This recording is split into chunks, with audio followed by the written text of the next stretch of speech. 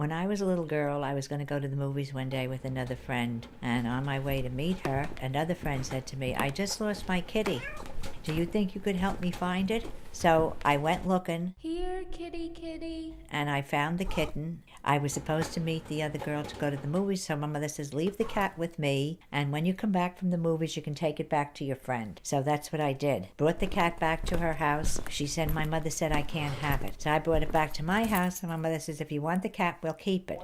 So we kept the cat. She was very happy with us. I dressed her in doll's clothes and went around the house with the carriage. And my mother would beat up an egg in the morning for her for breakfast. And then she would have something for dinner that my mother would make from the insides of the chicken. We lived in an apartment in the Bronx, and we lived one flight up, it would be said. We had a stove that had legs on it. The oven was on one side and the burners were on the other, and underneath it was open. And my mother made a cardboard box with newspapers where the cat could use for the bathroom. She had no trouble,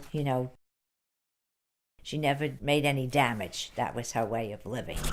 So then what happened was she fell out the window. And then it happened again and she fell out the window. But then, of course, a cat has 9 lives and she was never hurt or anything, and it was only one flight up. So she was no problem. We had her for a long time. She was always good. She was always funny. And then my mother got sick and a visiting nurse came to the house to check on my mom. The cat had never been to a vet, never was sick, never had any trouble. But my mother would say sometimes, if I move the chair, she bumps into it. Maybe the cat is blind. So when the visiting nurse was there, I said that to her, and she checked the cat's eyes, and of course she was blind. So we kept the cat. My mother passed away, and then less than a year after my mom died, my aunt came from Ireland, my father's sister, and she didn't want any part of the cat. She, no cat, no cat. You have to get rid of it. You have to get rid of it. At that point, we had to give the cat away. So that was the end of my life with the kitty cat, and her name was Tootsie.